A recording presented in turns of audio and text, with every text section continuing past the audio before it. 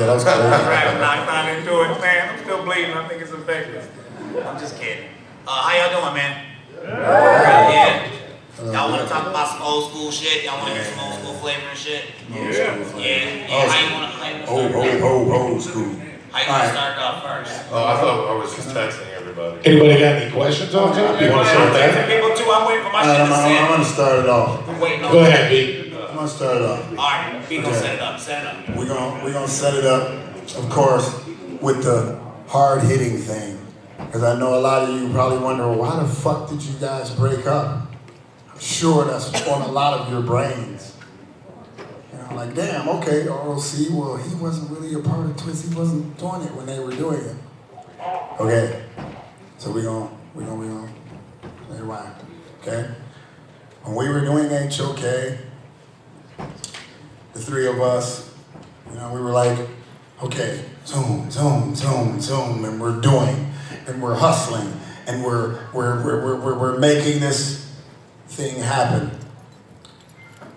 But the thing is, when you have three brains like ours, after a while, and they're cooking, so it gets to that, you know, like you're boiling water, and then pretty soon, bloop, bloop, bloop, bloop, bloop, bloop.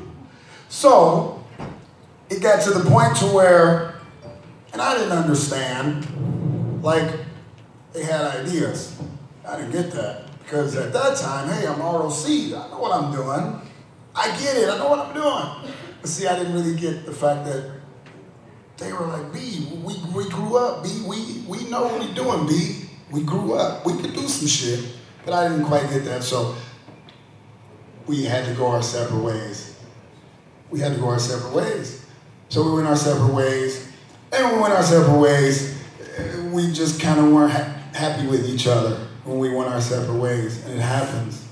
I'm sure a lot of you probably got, you know, kinfolk, whatever, brothers, sisters, moms, dads, cousins, uncles, best friends, whatever, and then, you know, you guys, well, fuck you too. And then, you know, you guys go your separate ways, but how you know something is, what is that saying? People say, let something go you love, and if it comes back, you know?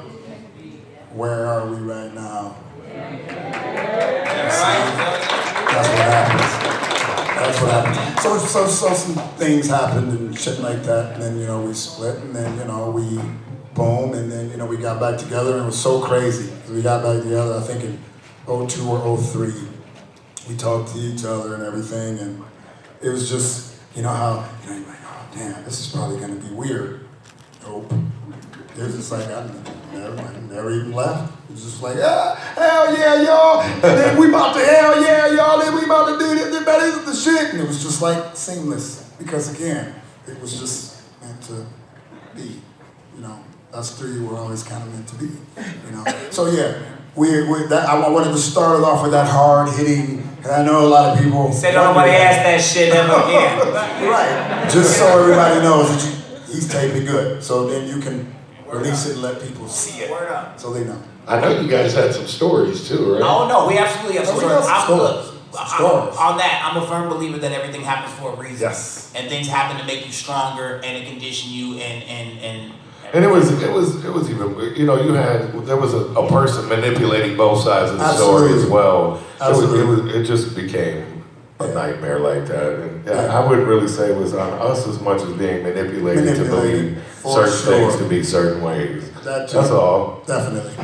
Yep. Shit happened, man. We here today, and that's all. Yes. That's all that really is. And we here. And we here. But hold on. I want to talk about, if it's cool, I want to tell y'all a crazy, not crazy, but it's crazy to me.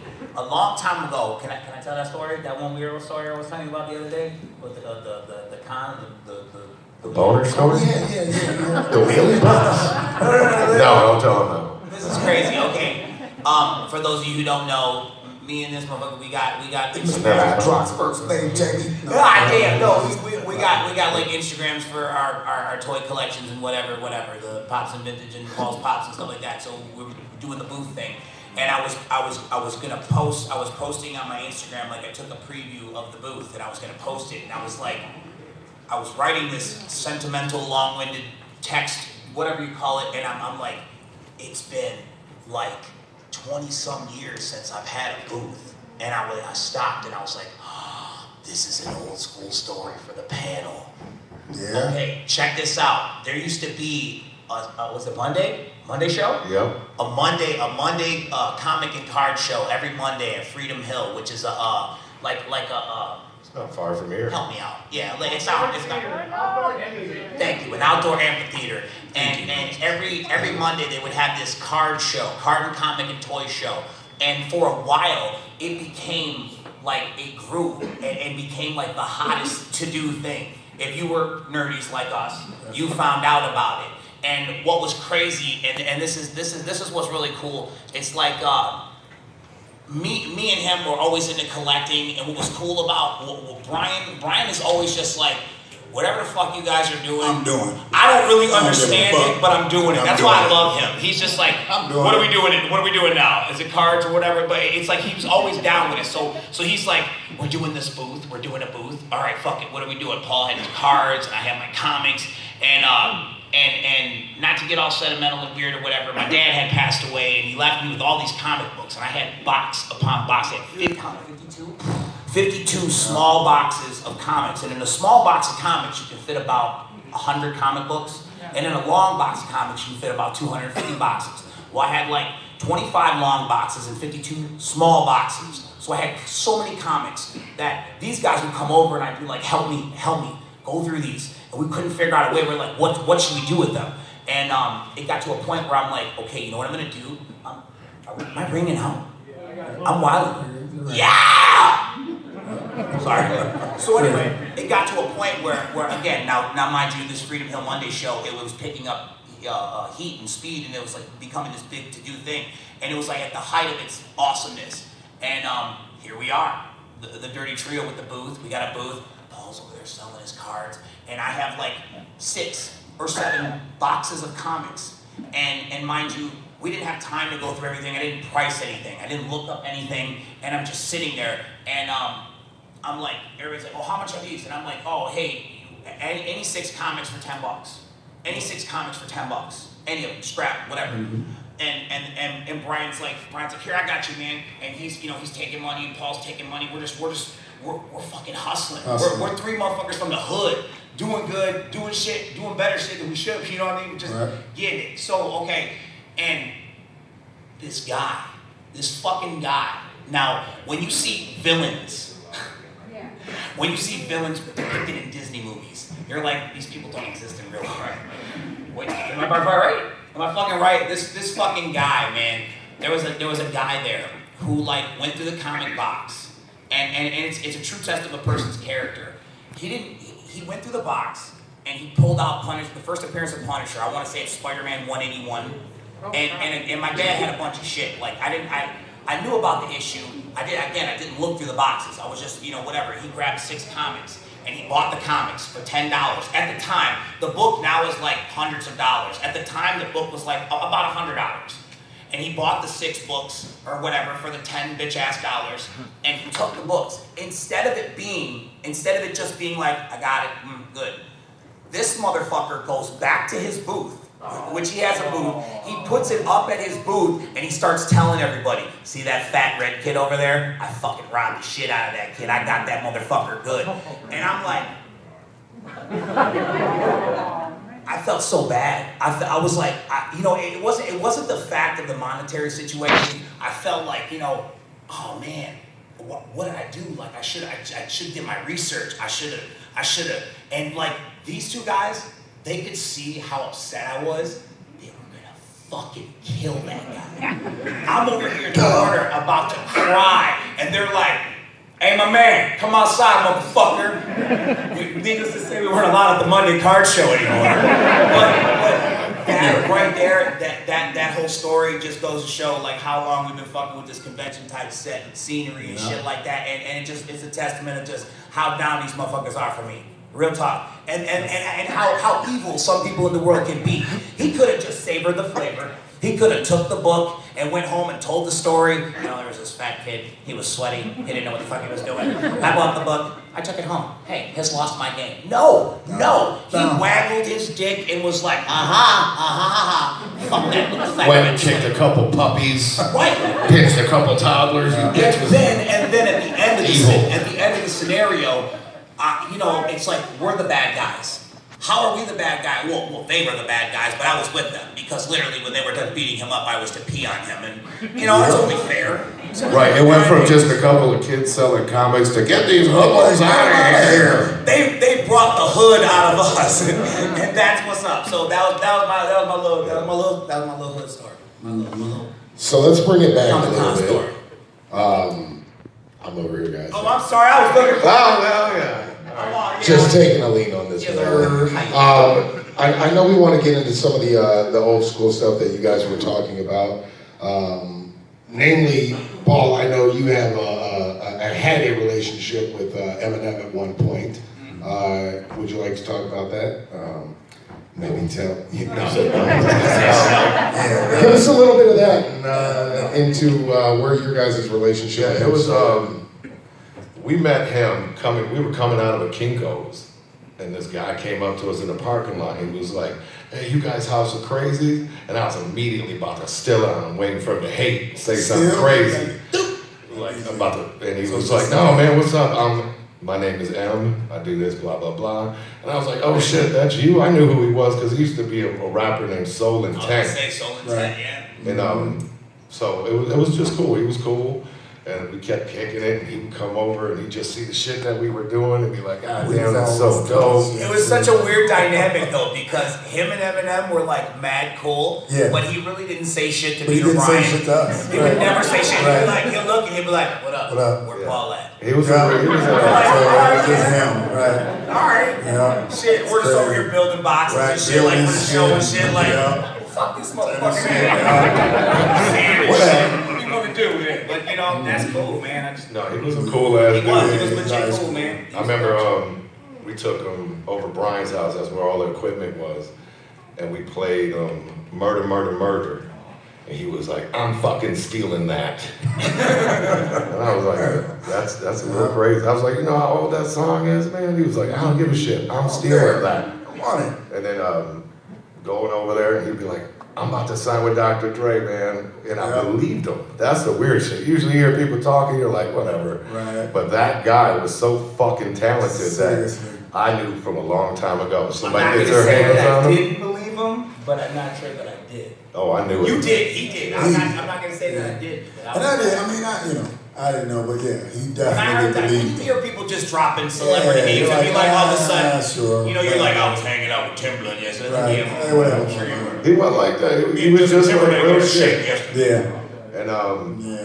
And then he ended up going to the Rap Olympics, and he was with all the East Coasters, and fucking Misery ended up going out there as well, and they were with Psycho Realm and Be Real.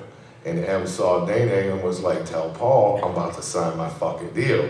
And I was like, "Holy shit!" Fucking 90 days later, these motherfuckers were beefing, and I was put in a fucking very weird predicament because that was my dude, but these were my dudes that we're starting a movement with, right. And that was a very fucking fine line. That was the first real predicament we were seriously put in. Like, okay, you have to seriously make a choice here, and if you notice, we weren't as involved as others, and that's why, because we had a tie to that guy, and that's why I just couldn't go out on a record and fucking bomb on him, but none of that shit. We were the ones that ended the beef. We were the ones that contacted Proof and was like, "Hey man, come to fuck Aaron, we've been going to school since," like, I went to high school with all these dudes. We orchestrated the bowling thing, we all went bowling. We brought him in, and he did the feature on the record. And fucking ICP came in, and they were like, "So that's Proof, huh?" And we're like, "Yeah." He was like, "So is there beef?" And I'm like, "No, man, there's no beef. None. They're just good dudes. They want to do it." And we ended up getting them all to powwow, and they came up with that bowling night, and everybody seen that the beef was squashed. Yeah, and that's how we got squashed. And that's what was cool about, for real. That's what was cool about Proof was all about keeping the peace and the hood and shit like that. And crazy story about Proof. When Proof got murdered, That night, I was the last person to talk to him. We were talking about taking him on a tour. Right, on a tour. And I woke up the next morning to his manager call. I got a phone call like 6:30, 7 in the morning. And he told me that. And I was like, you gotta be fucking joking me. Man. Just crazy. It's crazy. And it's Crazy. such a, and it's really crazy, you know, for Sean. I mean, because he, man, I'm telling y'all, this dude was such a cool guy. He was a life of the party kind of guy. I'm telling you, it's just the weirdest, like, what in the fuck happened? Oh, shit, what? It's just crazy. But So you'll see fucking old shows that we used to do where Eminem's like opening up and shit like that. Because I told him, any fucking time we perform, you're on a show. Yeah. Because in Detroit, it was all about, you want to play my show? I need $500 a minute. Right. Or I need $1,000. It's crazy. And I told him I would never fucking charge you.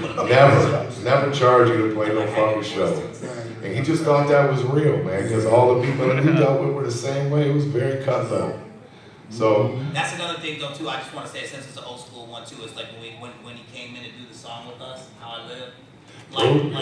This is the coolest shit. Like this is one of the reasons why like I respect the shit out of that guy. Yeah, not to mention like the conversations that we had in a short period of time that I did get to know him, but like he came into the session and like he legitimately brought like an attaché case, like a briefcase, about this thick. You know, whatever, normal size, but about that thick, and he opens it up, and I mean, it's full of like papers and rhymes and raps, like meaning like, if we were some bitch ass motherfuckers, he was gonna go for some pre-writ shit. Right. But he was like, he listened to the beat, and he was just like, hold on, man, I can't even do this, and I was like, oh, and I typical white guy, do what? He's like, hold on, man, give me a pen, man, give me a pen. I was like, I looked at Paul, I was like, what's going on? And Paul's like, I think he's gonna write the rap now with us. And I'm like, fucking right on. And it was just ultimate respect. Because it wasn't like that. You send somebody the beat, they record in another studio, and send it back to you. Yeah. It is what it is. But no, that was just different. It's an old school, it was just an old school method of just actually coming to the studio and hanging out. And like I said, but just the knowledge of knowing that he had like easily, and I'm guesstimating, I didn't count, but over 100 pre-written raps in this attaché case that he could have just grabbed out and been like, and started spitting.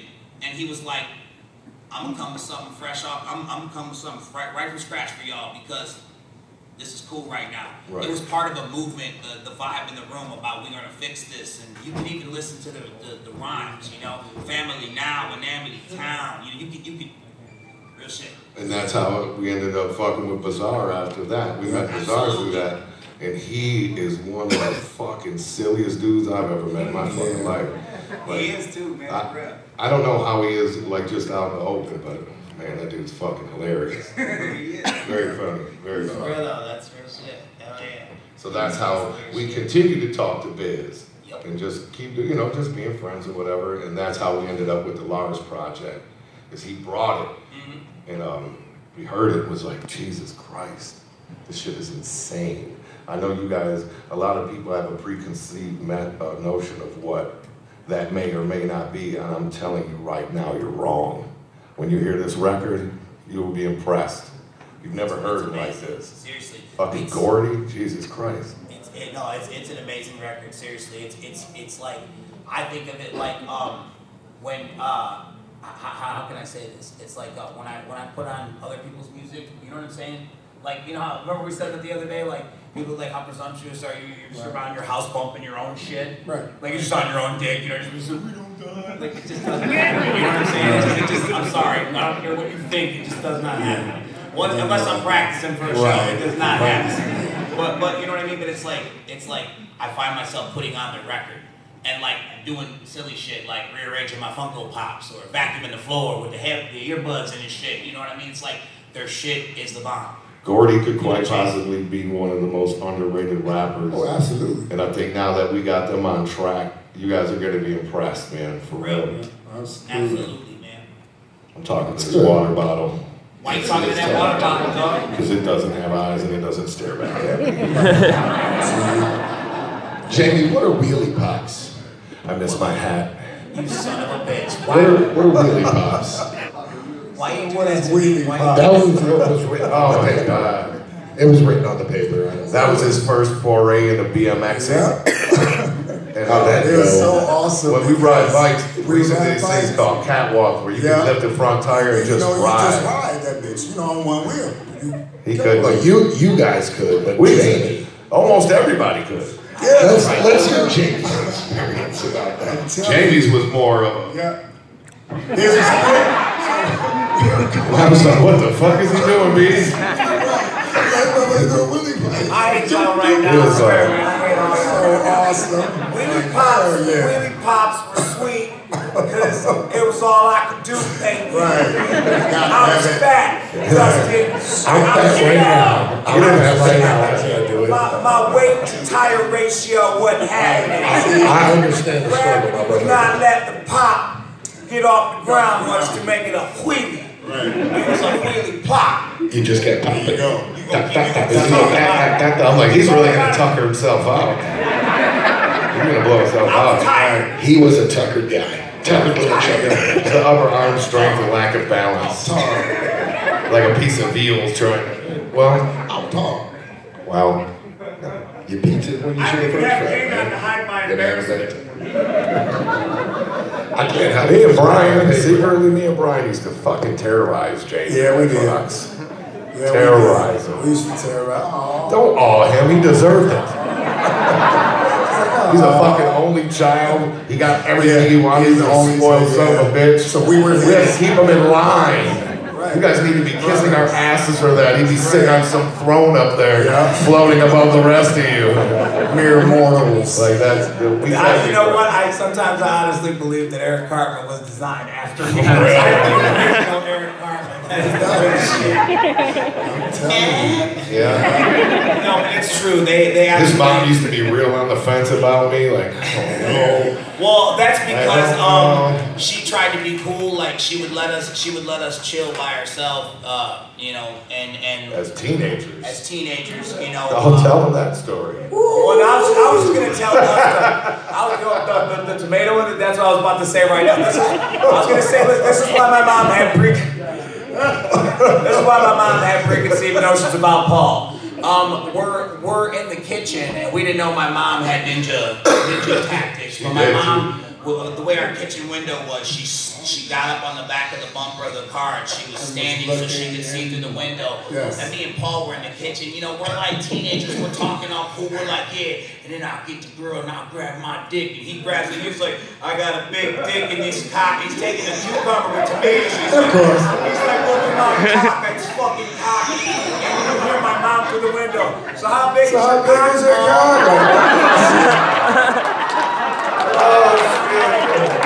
Like, you son of a you. And then it was like, you don't hear Brian saying things like that, do you? No, Mom. No, you don't. No, you don't. And then remember the other time we were in the kitchen and you were like, hey, do you have any of that shed spread country cock? And I was like, it was a slip. He just, yeah, don't worry. I did the same shit to Blaze. Same shit. Blaze's mom. You got thrown out of his house. I know, he got tossed. Blaze's mom threw me out, so I am what he is. I'm that person to Blaze. I got thrown out of Blaze's house by Blaze's mom. She told him to not hang out with me no more. She was like, if he comes in my house ever again, you don't live here no more. Right. I was in the kitchen. I was just hanging out in the kitchen. I'm like, man, we heard to fuck up. This motherfucker's out here, and this other motherfucker came in. And who the fuck? Man, where the fuck is your sister at right now? What the fuck is that in my kitchen cussing like that? In the name of the Lord. Who is that? Pontius I'm like, oh, Pilate. sorry, Mom, my bad as shit. My fault. No words, just pointed. It was like, oh. So yeah, we but yeah, these motherfuckers terrorized the shit out of me as a kid. They had this thing that they used to do, and I don't even think, and this is again, everything happens for a reason. I don't even think they ever discussed it. Like I don't think they went in the corner and worked it out. They just said it. Like they would look. I had a pool in my backyard.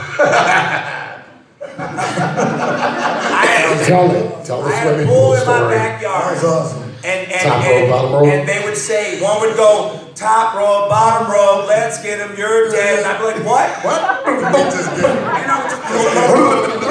start trying, and they would just start beating my ass, and I'm like, what the fuck is going on? And he'd tell his mom, and his mom would be like, quit crying, you fucking asshole. So awesome. And I'm like, you're the one that's supposed to protect me. And you didn't even have my back for stepping on you. What is fucking crazy? So yeah, so I have issues. Don't worry, but that was great. Yeah, that's true. And then also too, they do that because again, more of my Eric Cartman shit.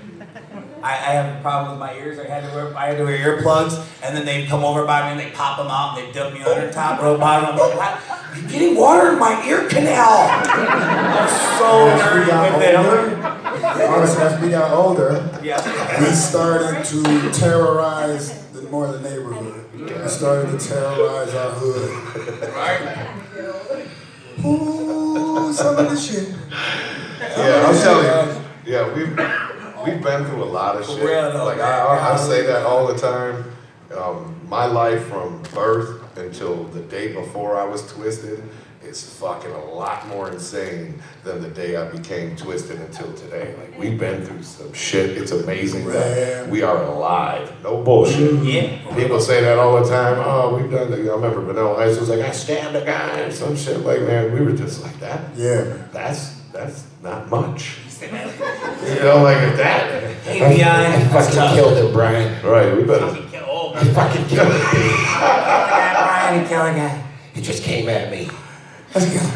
Yeah, we It was just, our upbringing, because we lived in the hood, man. Like, it was the hood. Like, we knew cats just killed, prison, and all that shit. We just always, us three, just always kind of skated, don't do it. Oh, dead body, step over that shit. Don't touch it. Don't touch it. Don't do that. Don't touch it.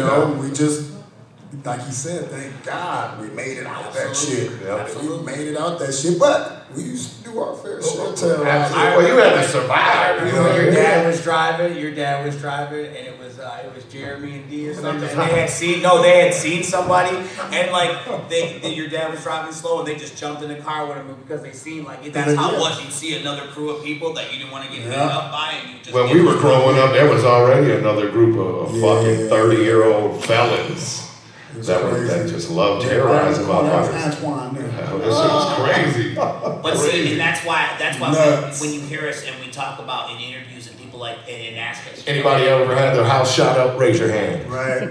Okay, raise it if it's happened more than 5 times. I'm telling you. More than 7.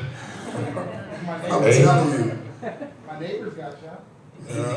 Telling you. Dead dog. Crazy. There was one day, and I'm chilling and shit, and I don't know where they were. And I'm at Paul's crib. I'm with Paul's brother Jeremy. Sitting on the porch, they were somewhere. I know exactly. They're sitting on the fucking porch with me and Jeremy, and we just kicking and talking, and somebody parked a fucking car across the street across the street's house. The guy across the street must have thought it was one of us. Me and Jeremy sitting there talking, and they were here. Bah! Just chilling. Bah! And then they're this shooting fucking at brother, Paul's brother comes out with a shotgun. B! Get the motherfucker across the street shooting at us! I was oblivious. I'm just sitting on the porch talking. I didn't even know Jeremy went in the crib. He went in the crib and got the gat. Went in the crib, got the gun. He like, me, he's shooting at us. And then I look across the street, the dude across the street's just like, bah! Just shooting at me. Just shooting. I'm like, B, get your ass up. Like, what the fuck? And then they showed up. Like, it was crazy. We used to get some shit. We happened to be like 2 blocks down across Gratiot. We heard the gunshots. I turned to my man. I'm like, damn, they're popping over there. And then you got that call, and it was like, man, you better come home. It's going down. Yeah. That shit was insane. We about to run up in this motherfucker's house. This was kill this dude. Yeah, he thought we parked some car across. Like, Right. we parked that shit there. We don't know who parked it there, bro. Crazy. And the scariest thing, and the reason that you didn't know you were safe, but you were safe, is this dude was blind as a fucking I'm telling you. bat. His fucking glass were like that. And I'm just sitting here, man. Jeremy, I bet motherfuckers, they should be back in a minute. Pow! Right. Pow! Messed it up. Right. And this motherfucker's literally like he's aiming at me. Just like the bullets are like, Okay. But yeah, it was just, That shit was happening all the time. It was fucking crazy. Hey, but dig though. When we,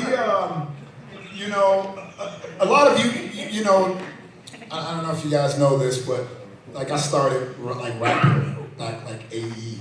I think I started like actually like writing raps and shit back in 88. You were born in 88. See, that shit's crazy, yo. I was doing it. So I was writing raps and shit like that. And me and my cousin, you know, save up, you know, a little money and shit, working a little odd job, save up some money. And we would go to the studio called The Disc. It was Side Sticks at that time. Hell yeah, bro. I was about to say that, man. It was Side It was Sticks. Side Sticks. Hell We yeah, save up Red money. Country, dog. And we'd go to Side Sticks. So we'd go to Side Sticks and, we record, a little bit. And we were with the engineer at that time at Side Sticks was an engineer by the name of Mike Clark. I'm sure a lot of you guys might know who Mike Clark is, but he was our engineer. This is like well before there was such thing as an ICP or even an eShop. None of them yet. So me and my cousin would go there. We would record like that and we would come back. And it was cool, me and my cousin doing our little group thing together, but what I always wanted was me, Jamie, and Paul to do something. But they didn't rap at that time. They're like, be doing that. We don't do that shit. Yeah, we don't do that shit. So they didn't do it. Me and my cousin were, doing this thing. And then eventually, they got around and they discussed, like, themselves. They were ready to do some shit. So I was like, okay. So they ready to do some shit. Cut the crap. We can So do this. I'm like, okay. So me and my cousin were kind of bickering and doing all that crazy shit. So me and my cousin ended up splitting, which was awesome. Because then that's when we got together. Because they had I don't know, did you guys ever have a group name? No, remember it used to, it was just that big ass group of crazy clans. That's right. Everybody was in that. It was Legion of Boom. Hard. It was Legion. Oh, that was Legion That's of right. Boom. So they were right. The clan was Legion I had of a Boom. fitted with that shit. That's right. Ironed on We the all back. had Legion of fitteds Boom. I and thought I was shit. hardcore. I said Legion of Boom and all that shit. It was awesome. And then, eventually it just got to be just the three of us. And then we, just kind of started just, like, yeah, man, hey, I bought this. I got this equipment, y'all. And then we borrowed shit from my cousin and with the little DJ. Oh, yeah. Remember all that shit. And that's, Gary. Yeah. Yeah. Shit. We used to Borrow your equipment and keep that shit for like 2 Yeah. months. We worked And then on we an just album. worked. Hey, I gotta We take worked. that back to the studio. Hey, another week. Yeah. We got And to we do the worked. final production. Yeah, You and know we what the worked, fuck we and were then doing. that's how, and then we just eventually, and the name House of Crazies? I don't know. I don't even know. It had to be. That's a really good No, idea. you know what? I think it was because I was gonna get to that. It was like one of our escapes, and we say that too a lot in interviews and shit like that. One of our escapes was always horror movies. We would Right. always hang out, we would watch horror movies. We spent a lot of our time in. At the time, a lot of you young motherfuckers don't know about a word called Blockbuster. Yes. There's a rental. They know about it from South Park. Okay. It was a rental facility back in the days where one could rent a video cassette, which is